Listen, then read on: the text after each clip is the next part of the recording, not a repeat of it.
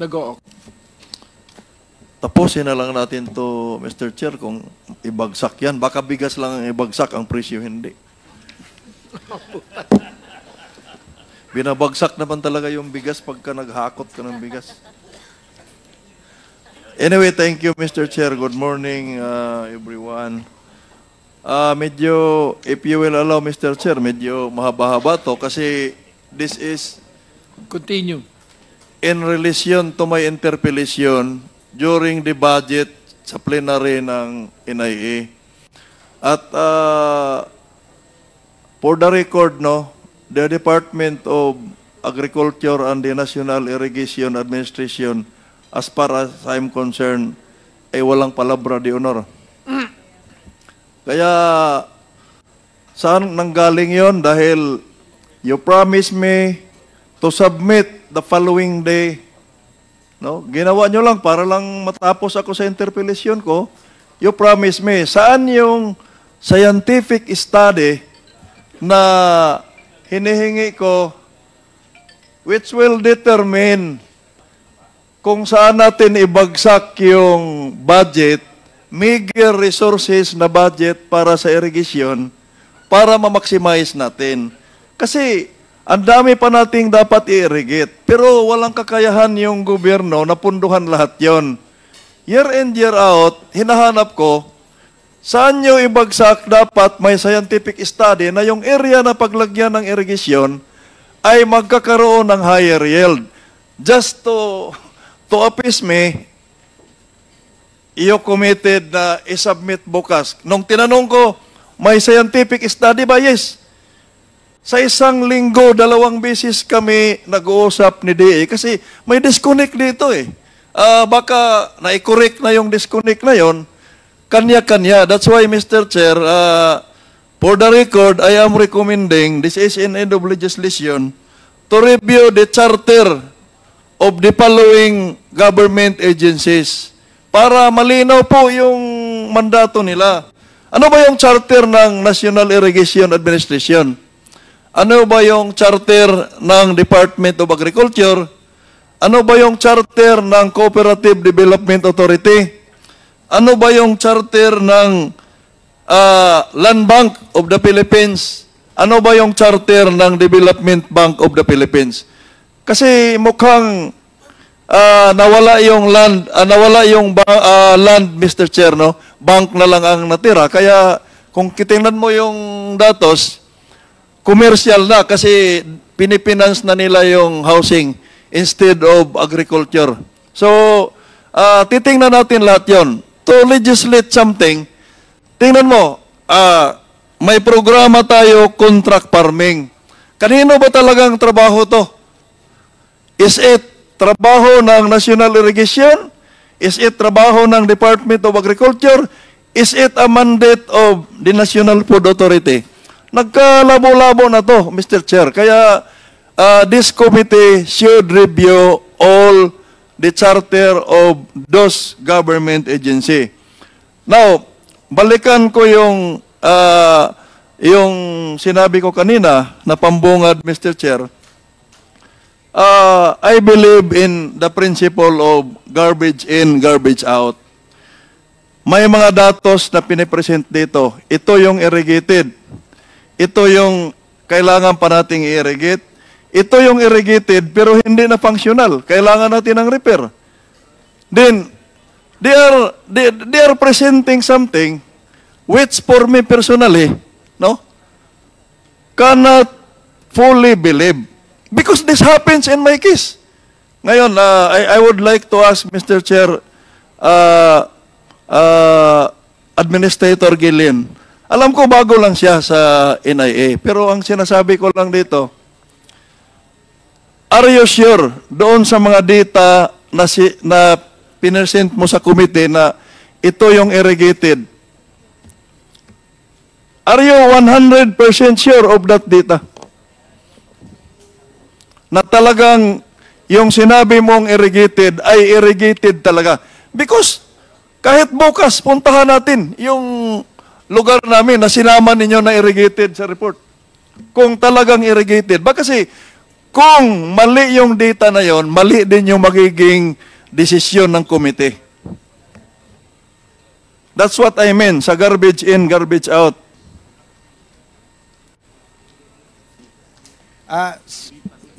With regards to NIA, sir, kaya namin alam yung data namin kasi pagkatapos magtanim, meron po kaming evaluation kung ilan po talaga ang natataniman. Actual evaluation po. Mr. Chair, ang tinatanong po ng representasyong ito ay talaga bang 100% sure si Administrator Gilin na yung present niya na data dito na number of hectares irrigated based on the record ay tama 100%.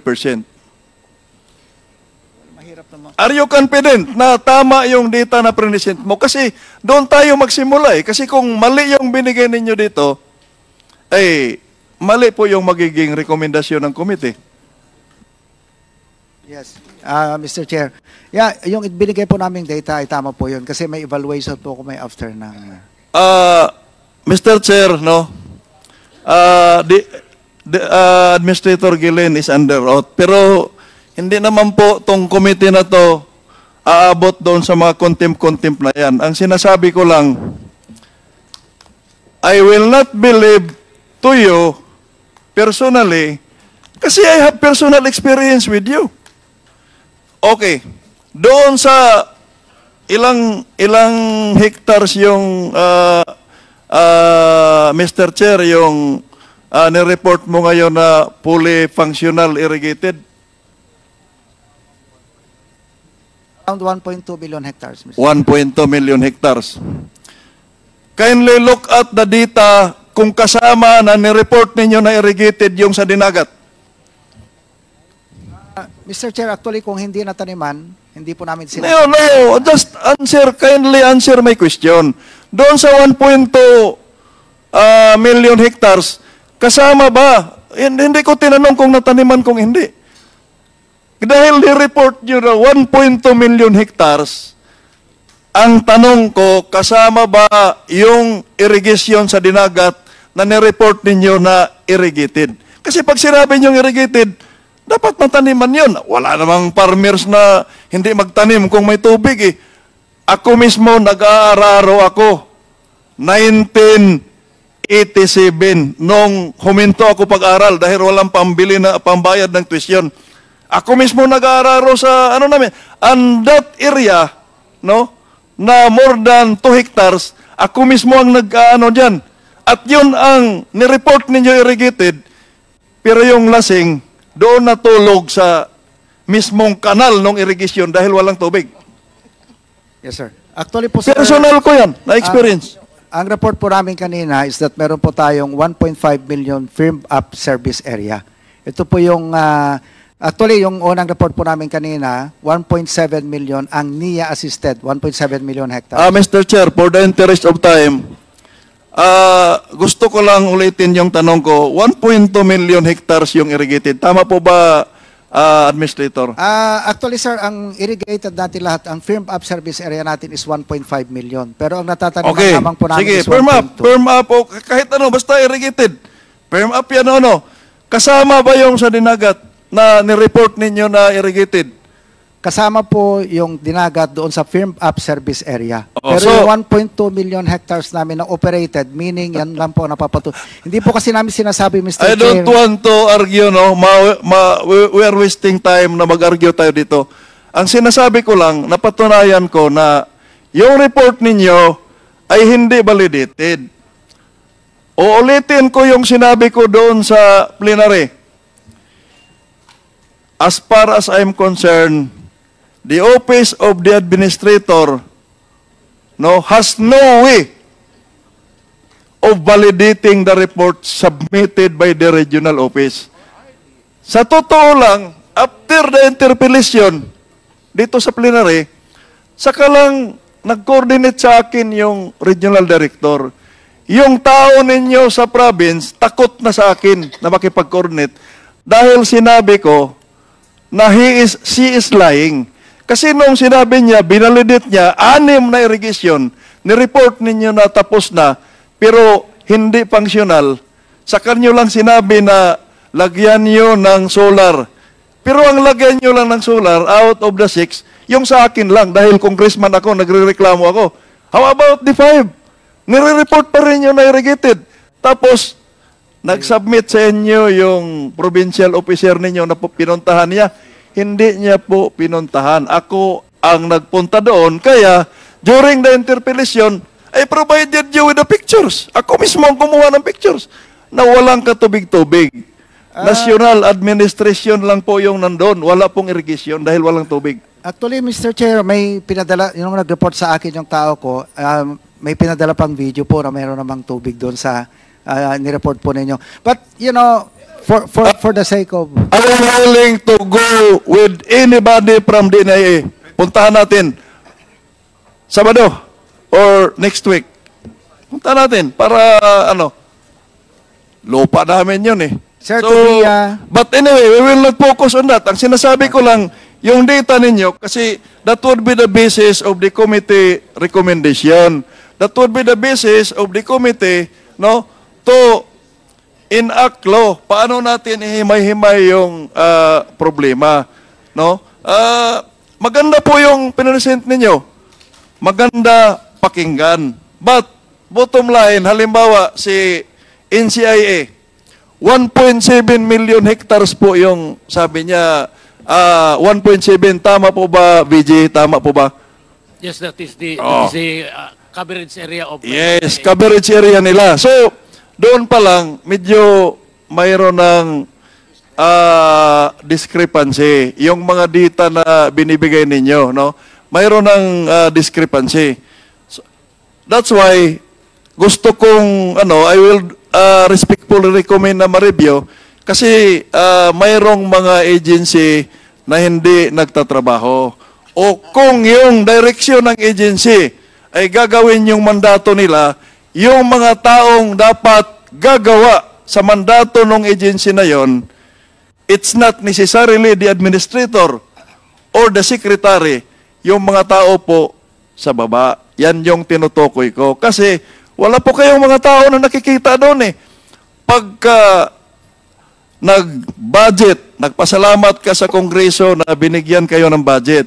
But the next question would be, how would you implement the project, no, na pinaglalaanan ng budget na yan that will trickle down doon sa objective ng pagligay ng pondo ng Kongreso? Nilagyan ng Kongreso yan ng pondo dahil gusto nating madagdagan yung mga area na ma-irrigate para makuha natin yung objective natin, self-sufficiency, food security. So, the next question is, talaga bang nagawa natin step by step na as a result, nakukuha natin yung objective natin? And I will answer my question. Hindi po, marami po tayong mga project na pinaglaanan ng pundo. I am not saying na during your time, I am saying in general, NIA, no? I am not saying na during your time. Ako, hindi ka pa masyadong matagal sa NIA, pero you're different from your predecessors. I believe in your capability administrator. Pero sinasabi ko lang, kindly correct the mistakes of the past. Huwag mong kopyahin kasi madadamay yung performance mo. Huwag kang maniwala kaagad-agad doon sa mga tao mo sa baba na nasa air condition room lang. Kasi pag nag-report ka dito, ay ikaw ang sisingilin namin na you own that report. Ang problema, yung report na dumarating sa iyo, hindi mo pinabavalidate kung walang magrereklamo. Kaya nyo lang binalidate dahil nagreklamo ako, paano yung mga lugar na walang member ng House, hindi makasali sa diskusyon ng budget ninyo. So, in general, maganda yung programa natin. Sa observation ko lang, Mr. Chair, mayroong overlapping of functions, mayroong nagtatrabaho na kusinira, tagaloto, ang ginagawa niya naglililis lang, hindi nagluluto. Mayroon ding tagalinis na ang ginagawa niya nag-iigib, nagluluto. So, mayroon ding mayroon din tayong tagabantay ng binilad na palay, pero iniwanan. Naglalaba. So, may mga disconnect dito sa different government agency. Maganda yung programa, pero yung pagka-implement, kung minsan, labo-labo. Ako, sa power industry ako, ang nangyari dyan, yung general manager na ang umaakyat sa poste at nagre-reading ng metro. Pero yung lineman, nasa air condition room. So, medyo may mga, yun yung nakikita ko na, na problema dito. I will manifest, support sa NIA, pero alanganin ako doon sa Department of Agriculture. Kasi yung Department of Agriculture, with all due respect, Department of Agriculture,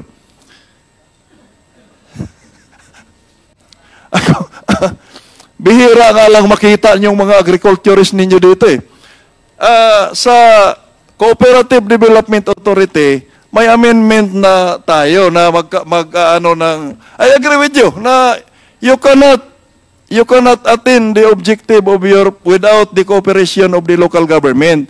Kaya nga may amendment na tayo sa Cooperative Code na mayroon ng Cooperative Development Officer bawat munisipyo. So, mayroon na tayong mga ginagawang batas dyan, pero medyo hindi nag-function. Kasi hindi naman, kung Cooperative Development Officer ka, hindi mo naman alam yung agriculture. You can organize, but you need the municipal agriculturist para may sa katuparan yung programa ng Department of Agriculture. So, sa tingin ko, ginagawa na ng National Irrigation yung trabaho ng Department of Agriculture, yung trabaho ng NFA. Na lang si NFA. So, kaya, Mr. Chair, sa pangkalahatan, we need to validate all of those data. Kasi sa palagay ko, may mga mali dyan, Administrator. Kailangan nating ituwid yan. Kasi pagdating dito sa budget na naman next year, baka akala mo 1.5 million hectares yan, pero 1.2 lang pala. So, para may natin, yung sinabi mo na solar, kindly re-engineer, revisit that program. Baka kasi yung return of investment mo na pinapangarap na 3 years, ay yung lugar na pinaglagyan mo sa Dinagat, sa Siargao, 1 taon pa lang, nilipad na yung solar na yan sa Baguio, tapos sa record ninyo, irrigated pa rin dahil may solar. Pero lumipad na. Paano may return of investment? Wala na. 2 linggo lang mula pag-install. So, you revisit that. Yun ang mga sinasabi ko na hindi tayo kaagad-agad maniwala, Administrator, doon sa mga pinagsasabi ng mga tao sa field. Kaya ako, General Manager ako ng Electric Co-op, pumupunta ako mismo doon sa kung talagang umakyat ng poste. Otherwise, sasabihin, hindi namin naakyatan dahil bulok na. Yung pala, ayaw lang talagang umakyat. So, I'm not saying na puntahan mo. You create, alam mo yan, I don't want to elaborate on that. Just validate the report of your field personnel. Huwag kang maniwala kaagad. Ikaw ang madidiin doon sa report mo. So, for the interest of time doon sa mga kasamahan ko, Mr. Chair, ang haba kasi may hugot ako dito sa agriculture because we are a family of farmers. Ako mismo nag-aararo. Thank you, Mr. Chair.